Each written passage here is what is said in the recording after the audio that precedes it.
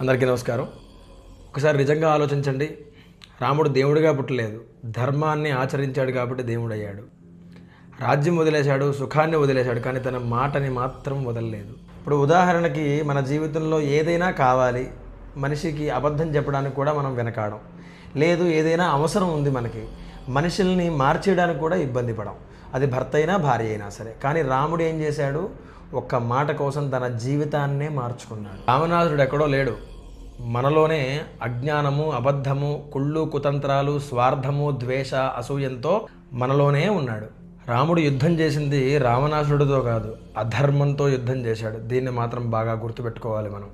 రాముడికి పెద్ద సైన్యం లేదు, వానరసేన, హనుమంతుల వారు మాత్రమే. అంటే మనం ధైర్యంగా ఉంటే సరిపోదు, మనం నమ్మిన ధర్మం గట్టిదైతే చాలు.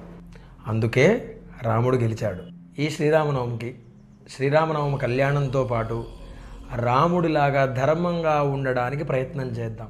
తద్వారా మన జీవితాలన్నీ బాగుపడి ఎటువంటి ఈతి బాధలు లేకుండా సస్యశ్యామలంగా బ్రతకడానికి ఆ రాముల వారి యొక్క అనుగ్రహం మనకు కలగాలని మనస్ఫూర్తిగా శిరస్సు వంచే స్వామివారిని ప్రార్థిద్దాం. జై శ్రీరామ్.